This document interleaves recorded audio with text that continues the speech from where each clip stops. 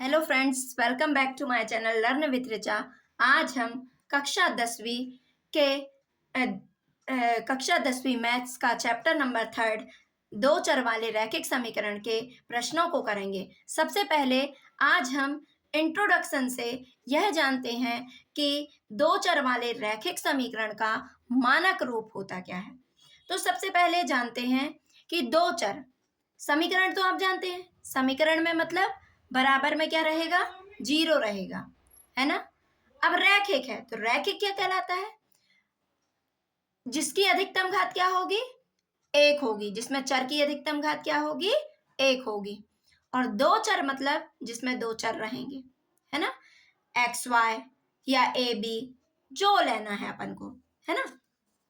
तो दो चर वाले रैखिक समीकरण का मानक रूप क्या होता है।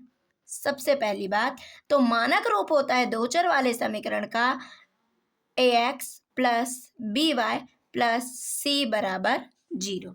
ठीक है ना। दो चर क्या है यहाँ पर, a और दो चर है x और y। ठीक है ना।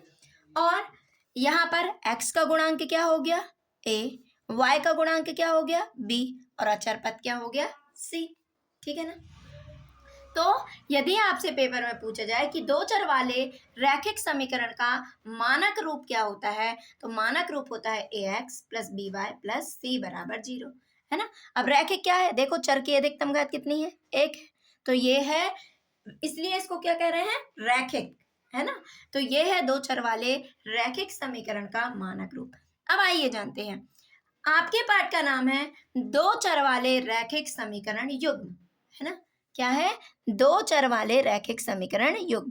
तो युग्म मतलब क्या होता है, जोड़ा, मतलब कितने रहेंगे समीकरण, दो रहेंगे।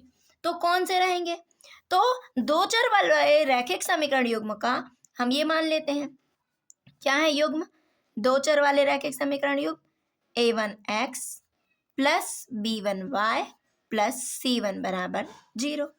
ठीक। और दूसरा समीकरण मान लेते हैं a2x plus b2y plus c2 बराबर 0, समीकरण 2। ठीक है। अब आपको इनमें मानों की तुलना करते आना चाहिए। तो समीकरण 1 में x का गुणांक क्या है a1, y का गुणांक क्या है b1 और c1 अचर पद क्या है c1। समीकरण 2 में x का गुणांक क्या है a2, y का गुणांक b2 और अचर पद क्या है c2। अब यहां पर आते हैं, कुछ विशेष कंडीशन लगती हैं, है ना। कुछ इस तरह के सवाल होते हैं कि बताइए संगत हल हैं या असंगत हल हैं, या पूछ लिया जाता है रेखाएं कैसी होंगी, संपाती होंगी या प्रतिच्छेद करेंगी या समांतर होंगी, या पूछा जाता है कि कैसे हल होंगे, अद्वितीय हल होंगे या कोई हल नहीं होगा या अनंतता अनेक हल होंगे। तो इसके लिए कुछ विशेष कंडीशन है, आइए जानते हैं। तो दो चर वाले रैखिक समीकरण के हल, सबसे पहली बात, ये जो हल होते हैं वो दो तरह के होते हैं। कितने तरह के होते हैं, दो तरह के। कौन कौन से, संगत हल और दूसरा होता है असंगत हल। ठीक है ना। क्या होते हैं, संगत हल और असंगत हल, है ना। अब संगत हल की जो होती हैं वो दो कंडीशन होती हैं।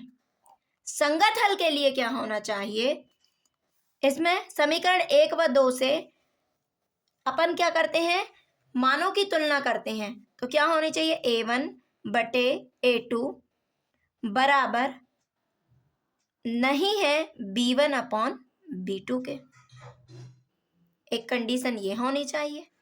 और दूसरी कंडीशन a1 बटे a2 बराबर b1 बटे b2 बराबर c1 बटे c2, या इन दोनों के मान आपस में बराबर नहीं हो या इन सब के मान आपस में बराबर हो। जब ये दोनों कंडीशन रहेंगी, है ना, या ये कंडीशन लगे या ये कंडीशन लगेगी, तो हल कैसे हो जाएंगे, संगत।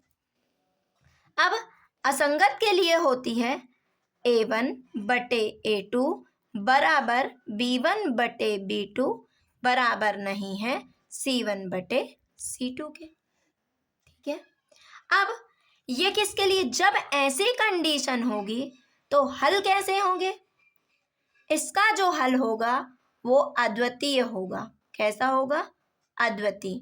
और इसी को बोला जाता है अद्वितीय हल होगा और अविरोधी। ये जो समीकरण युग्म रहेंगे वो रहेंगे अविरोधी समीकरण युग्म। ठीक है। और इसके लिए क्या होगा? इसके लिए होंगे अनंततः अनेक हल। क्या होंगे?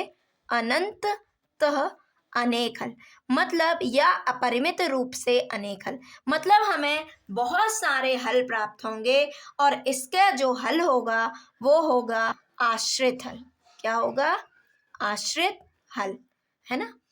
और इस कंडीशन में जब a1 बटे a2 बराबर b1 बटे b2 बराबर नहीं है c1 बटे c2 के, तब इस कंडीशन में कोई हल नहीं होगा, मतलब कोई भी हल नहीं होगा। ठीक है ना। अब जब a1 बटे a2 है, a1 बटे a2 बराबर नहीं है b1 बटे b2 के, तो अद्वितीय हल तो है, मतलब जो रेखाएं होंगी वो एक दूसरे को एक बिंदु पर प्रतिच्छेद करेंगी। क्या करेंगी? एक बिंदु पर प्रतिच्छेद करेंगी, अर्थात रेखाएं जो होंगी कैसी होंगी? प्रतिच्छेदी रेखाएं। कैसी होंगी? प्रतिच्छेदी रेखाएं। हमको जो ग्राफ मिलेगा इस तरह से मिलेगा। और जब a1 बटे a2 बराबर b1 बटे b2 बराबर c1 बटे c2 होगा, अर्थात अनंतता अनेक हल होंगे और आश्रित हल होंगे, अर्थात तब हमें रेखाएं कैसी मिलेंगी? संपाती, है ना। दो रेखाएं मिलेंगी, तो वो जो दो रेखाएं हैं वो हमें क्या मिलेंगी? संपाती, मतलब एक के ऊपर ही एक रेखा प्राप्त होगी, अर्थात वे दोनों रेखाएं क्या होंगी? संपाती, अर्थात यदि हम एक रेखा के ऊपर कोई दूसरी रेखा रखेंगे तो वो एक दूसरे को परस्पर क्या कर लेंगे? ढक लेंगे। ठीक है।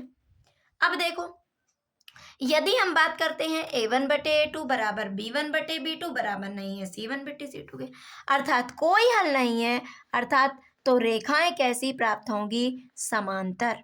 कैसी प्राप्त होंगी? समांतर। चलिए एक बार क्विक रिवीजन करते हैं। यदि सबसे पहली बात दो चर वाले रैखिक समीकरण का मानक रूप क्या होता है?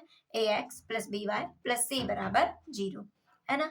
अब रैखिक समीकरण युग्म की बात हो रही है, तो समीकरण युग्म का उदाहरण a1x plus b1y plus c1 बराबर 0 और a2x plus b2y plus c2 बराबर 0। अब हम आते हैं, जब आगे बढ़ते हैं तो इसमें आती है हल की बात। तो हल क्या होते हैं? दो तरह से होते हैं, संगत हल और असंगत हल। संगत हल दो कंडीशनों में होते हैं, जब a1 बटे a2 बराबर नहीं है b1 बटे b2 के, या तो फिर a1 बटे a2 बराबर b1 बटे b2 बराबर c1 बटे c2, है ना। अब जब ये कंडीशन है तो इसके लिए जब a1 बटे a2 बराबर नहीं है b1 बटे b2 के, तो अद्वितीय हल, है ना, और अविरोधी समीकरण युग्म होंगे और रेखाएं क्या करेंगी? प्रतिच्छेदी होंगी। और इसके लिए अनंतता अनेक हल मिलेंगे, है ना। और रेखाएं क्या होंगी? संपाती होंगी। रेखाएं कैसी होंगी? संपाती। और इसी कंडीशन में कैसे हल प्राप्त होंगे? आश्रित हल।